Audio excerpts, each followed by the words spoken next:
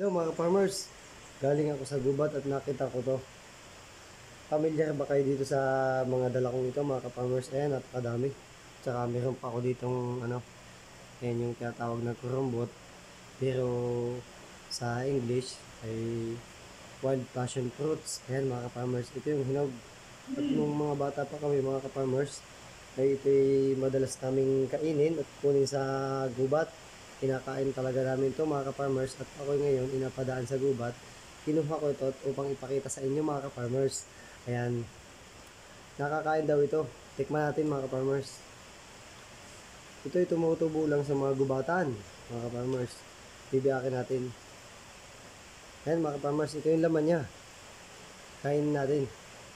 Tikman natin.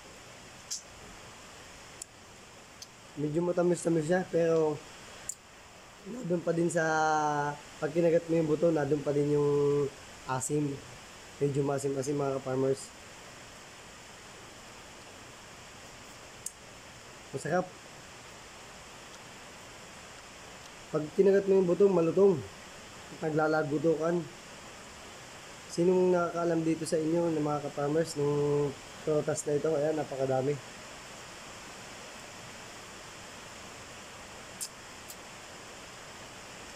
Talagang hindi mo siya masyadong matamis pero nadun pa din yung tamis niya. At saka yung kaunting asim.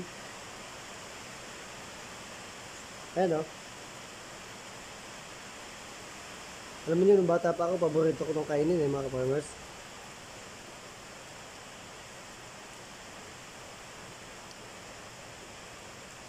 Hindi ko alam kung anong tawag sa inyo mga ka-farmers nito.